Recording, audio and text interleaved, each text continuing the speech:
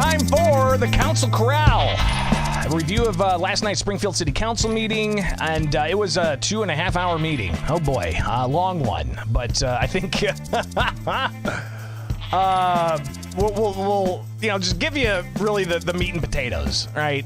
We could go through the process, pick apart all the little things, but let's just get right on into it, right? So that you get an idea with a short time amount here that we have together to hear what happened at last night's Springfield City Council meeting, all right? So it is the Council Corral. I'm Greg Bishop. Be sure to like, subscribe, and check us out each and every weekday morning. And if there's a council meeting, we bring you the highlights here with the Council Corral, all right? So tell your friends if you missed any of the previous ones, just check out my YouTube page and you can follow along there. All right. The Council Corral each and every Wednesday. If there is a Springfield City Council meeting, we bring it to you here. All right. So let's go ahead and get on into it, where you had last night's full city council meeting, and Springfield Mayor Misty Buscher, the chair, of course, and they had aldermen there. Alderwoman Conley was via phone. But the real crux of the meeting dealt with the question of residency. And if you're not familiar with this, residency requirement was put into effect several years ago after a non-binding resolution asking, referendum to the voters of Springfield, should city employees live in the city of Springfield?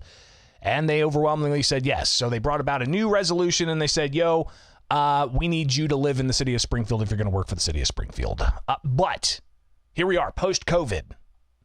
And it's hard to recruit anybody. I think a lot of people recognize this. Here is the resolution that was brought forward, an ordinance that would put a moratorium in place. And let me make sure we've got this audio all worked out here and crank that up. All right, here we go. City of Springfield Code of Ordinances. The chair will entertain a motion to place agenda number 2023-494 on final passage. So move. Second. We have a motion and a second. There's also in front of you an amendment on your desk for this particular ordinance. So the chair will entertain a motion to amend agenda item number 2023-494 with that amendment that's in front of you. Moved. Second. We have a motion and a second on the amendment. Any discussion on the proposed amendment? And they went on to discuss the amendments. They actually amended it a couple of times because, the idea is to lift the moratorium, or rather to put a moratorium in place on the residency rule. So essentially they're lifting the residency rule. But they didn't really put a sunset on it. So they came back and amended it a couple of times to allow for a review, to review it. So ultimately, for those of you just, checking in and you want to get out, they did pass this lifting of the residency requirements, a moratorium of sorts. They passed it. It's in place. I imagine the mayor will sign it. And the debate around it, I think, was what's really fascinating, though, because you hear from the HR director, you hear from those with substantial questions, you even hear from former alder people chiming in on this. So let's go ahead and hear from the HR director about the residency requirements and how putting a hold on it and allowing for people outside of the city of Springfield corporate limits to apply and work for the city of Springfield, it's going to help with recruitment because they desperately need it. We're not the only ones with these trends, nor are we the only ones who are having a hard time with recruiting right now, nor are we the only ones who are having people make employment decisions by just not showing up. That's a new trend. That is been happening more frequently than it ever has in my 3.5-4 decades of managing human resources. So it is reflective of the trends that are happening, but it also is a math problem whenever you're doing recruitment. So we have people who get to the date of hire and just don't come in, and then we're calling them and finding out they made a different decision. And that's happening with a greater frequency, but not just here at the city of Springfield. It's happening everywhere as it relates to employment. Yeah, it's pretty incredible to think, because it is, it's not just government jobs. You hear it at the State House, you hear it at the City Hall. It's jobs really all over the place. It's hard to find people to work. Not really sure why. Alderman Donnellan, he wanted to make sure it was clear as to what his thoughts are on this. Years ago, we had hundreds and hundreds and hundreds of applicants to become a firefighter. And I was sent this information this morning by Local 37. I thought it kind of tells the story. It doesn't go all the way back to the early 2000s, but in 2016 we had 734 applicants to try to be a firefighter. 2018, 639. 2021, 500. 2022, the most recent, 315. Okay, those are the applicants. So it went from 734 to 315 from 2016 to 2022. And those aren't the ones that make it through the process. My understanding is those are just the applicants. Now think about that. There's lots of reasons why. I think COVID-19 was a part of it. I think just, the struggle with attracting people that you alluded to earlier, just nationwide. Some people just evidently don't want to work. I don't have the magic 8 ball, but my point is I take this topic very seriously, and we have to think about ways to do things differently and outside the box. So clearly, you've got the questions here about residency and whether or not they need to lift the moratorium, because as you heard, the numbers of people actually applying for these jobs down significantly. But you have here Alderwoman Jennifer Notoriano with some interesting questions and some back and forth with the HR director for the city of Springfield. So I guess I don't know where these employees are going to come from, right? It appears to me that everyone in Sangamon and Menard counties who wants to work is currently employed. And so are, if you look at the BLS statistics for Peoria and Bloomington and Champaign and even Decatur, their unemployment rates are also at record lows. So I just don't know that there are people out to be gotten. Well, it's a great question, right? I mean, if the unemployment rate is low, are people looking for work? Listen, I know a lot of people who are employed and they want to get another job. And that's a point that the HR director made here as well from last night. With the record unemployment, and you are absolutely right, those numbers tell us that we are probably pulling from people who have jobs. So we're not looking for the people who are not employed because they don't have the requisite skills for many of the positions. We are looking to get them to make a change in their employment. And that is a different type of outreach than what you do when you have a large unemployment and you have a pool of candidates who are actively looking. We've got to make connections that entice them to just update their resume, because often that's the piece that says, oh, if I apply for that job, I got to write a new resume, I've got to do a cover letter, I've got to be prepared. So we're currently identifying what those recruitment relationships can be, both. And again, that recruitment process has got to be difficult, especially if people just aren't applying for the jobs. More from the HR director. The pandemic had a huge change on how people evaluate, where do I want to work? And so the answer to that question isn't the one that I've used for the last 20 years. It's a new answer. And so you've got to ask the question and you've got to listen. This piece won't take care of that, because in that same data, because the Springfield information, when you look at workforce availability, there isn't one just for Springfield. So generally, I don't use Springfield MSA because it includes Menard County. I look at just Sangamon County. And here's what I know about Sangamon County. It has reduced in the number of people that are in the workforce, and that is reduced by 3%. I also know from the Bureau of Labor Statistics that the demand for jobs in Springfield is increasing. So clearly there's a lot of questions here, but also other indications of, people if they live in Jerome or if they live, in South Sangamon County somewhere. They have a mortgage that's 2.5%, and you're going to ask them to move to Springfield to get a mortgage that's now at 7 or 8%? I mean, that's a substantial amount of money to ask for people. But clearly, the city says they need this tool. It's changed since the residence, but the world has changed since the residency went into effect. For every day longer, it cost us money, it cost us productivity, it cost us in my staff time when we get all the way up and they say, I just can't move in. I just can't do that to the kids right now. And we lose them. But they And have a year to move, right? They do have a year, but that's a commitment. We also have a waiver process, right? For up to 6 months for specific criteria, but it's making a commitment. Sure. And many of us know that often what the job we're going into isn't going to be the job we hold our entire life.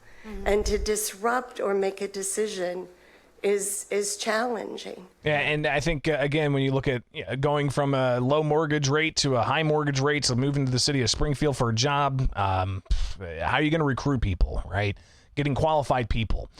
You've got others here. Alderman Hanauer, he gave a pretty impassioned speech and wrapped things up with a statement he wanted to make sure was clear. In a perfect world, it'd be great if everybody could live in the city of Springfield. But, we got people that in Jerome, New Bern, or Jerome and Leland Grove, that we're saying, no, you're not good enough to work here. That's ridiculous. And I just think that we got to do whatever we can to attract more applicants and get the best people for the job. End of sermon. End of sermon, he says. And then you had others chiming in. Alderman Roy Williams Jr. had some pointed questions for the HR director. And put a moratorium on those positions for a while until they improve, and then revisit and all this other stuff you guys are talking. But right now, it's like you just threw the whole thing out. No, we're just going to open it up for every position. Am I right? Well, it's a couple things. We are seeing the applications be reduced for every position. There are some that are harder than others, and certainly some that I would focus. My understanding of Peoria's residency requirements isn't just that they lift for, but that they have different requirements based on different positions and union contracts, and that the majority have to be within 20 miles of City Hall, whether it's within the residency or not, which is so clearly there's a lot of various specific things that they consider when it comes to residency, but the moratorium, again, it's the Council Corral, a review of last night's full city council meeting. We do this each and every Wednesday morning. There's a Springfield City Council meeting. I'll bring you the Council Corral here with Bishop on air, okay? So check it out. But here's my little, I'm sorry. Sometimes it's kind of weird to sit here just talking to a camera and realize your hand gestures. Anyways, so talking about lifting the residency requirement because it's hard to find people to get to work. But Alderman Williams did have some pointed questions for the HR director last night. Here's the Ward 3 alderman. Do you know of anybody waiting for once this passes that you're going to hire that doesn't live in Springfield right now, but you're going to hire as soon as this passes? I know 2 people that we lost at the end of the hiring process. I asked that's on the list or that you know that are waiting. But we don't get that far if they're not residents right now. I have a staff member who is waiting, who took the job with the intention of moving into Springfield, who has been looking for houses and can't find one, and is definitely watching the residency because they're going to have to make a painful decision. Yeah, well, I'm not I talking. also the waiver know. apply there? I'm so sorry.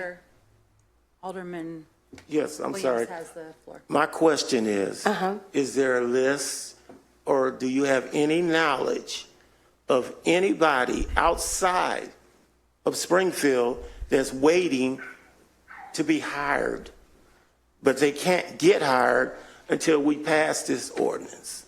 Or do you have any knowledge of any people like that? Not your staff, not any of those kind of things. I do not have anybody that we've put a hold on a position waiting for this residency decision.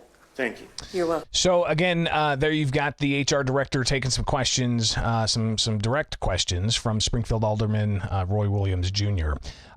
You've got Alderman McMenamin, former Springfield Alderman. He's no longer an elected official, but he wanted to talk about the idea of recruiting from the inside, and a lot of talk about low unemployment rates and how people are already employed, and how do you attract them to come to the city of Springfield to work. But what about those who are in the city of Springfield already working? Here's Alderman McMenamin. But when the unemployment rate is 4%, as you pointed out, Director, we're trying to recruit already hired people and encourage them to go for upward mobility with our city. And let's not forget that our median pay in our city is about $80,000 a year. Pretty soon, 25% of our employees will be making over $100,000 a year. We want that money circulating within our city. We've got strong competition out there outside of our city, those villages. We don't want to be subsidizing the growth of our competition, period. So again, I want to talk a little bit about... You've got Alderman McMenamin there raising the issue of recruiting from within and the importance of being competitive with neighboring cities. And listen, I mean, if the village of Chatham, which is just south of Springfield, is going to pay a firefighter even $2,000 more than what the city of Springfield pays, and don't you think that the firefighter is going to go to Chatham and probably live in a community that's of 7,000 people or whatever the case may be? Same goes for firefighters. Same goes for clerical workers or whatever the case may be, bureaucrats, so to speak. But clearly you've got the question of is the residency requirement now harming people? But people in the city of Springfield, like Diane Howard, she took the stand and said, hey, there are plenty of people in the city of Springfield that are ready and willing to work. Of those 27, 22 have bachelor's degrees. She's talking about her family. You understand what I'm saying? All 22 have applied to work with the city of Springfield, including myself. I'm a Navy veteran. I graduated cum laude with my bachelor's degree in law office administration.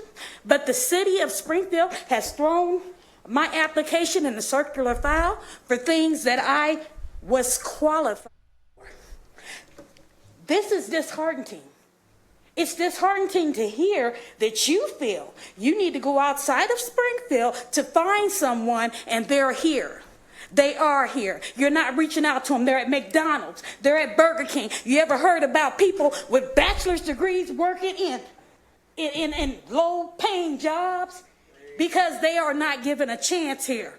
Because you're not going by their education or their experience. You're going by who knows who. It's a long-standing tradition of Springfield, city of Springfield, only hiring those people who know somebody or were put forth by somebody. It's a criticism I've heard for a long time. I'm not from Springfield, but I've been covering Springfield City Hall for 13 years or so. And that's a criticism you hear, really, I think, in any town. It's in politics and government, period. It's not about who's qualified. It's about who you know as to whether you're going to get the job. I mean, that's why we've got, different regulations here in Illinois. What is it, Rutan? And making sure that in the hiring process, it's not about, scratching people's backs and who you know. It's pretty incredible. But Diane Howard continued with some of her final comments here. There are too many young boys and girls, where they go, that live in Springfield, that want these jobs, that need these jobs, that deserve these jobs. They deserve it. Springfield residents deserve to be able to work for their city, and they don't need to compete with somebody who doesn't live here. We live here. This is our city. Thank you, ma'am. So again, it's Diane Howard, and there were several other speakers. It was a 2-hour, 40-minute hearing, a meeting last night, and ultimately they did get to the votes, and here's how that broke down. Alderwoman Conley, how do you vote? I vote yes. Okay. I'll let you call it. 7 ayes and 3 nays, Mayor. Thank you, Clerk Leslie. So the measure Thank you all for your passes, time. and there you go. Residency is going to be halted for, I don't know how long. They didn't put a sunset on it, which is kind of fascinating. So you've got that likely going to be signed by Mayor Misty Buscher. So if you live in the area and you want to work for the city of Springfield, you might want to see what kind of jobs are available. Put an application in, brush it up. Maybe you're looking for a different opportunity or something. I don't know. But they did amend it to say they'll review it in a year. They'll review it in a year. Not that it'll sunset in a year, which would say that the residency requirement would go back into effect and they would have to actually act to keep the moratorium in place. They didn't do that. They just said they're going to come back and review it.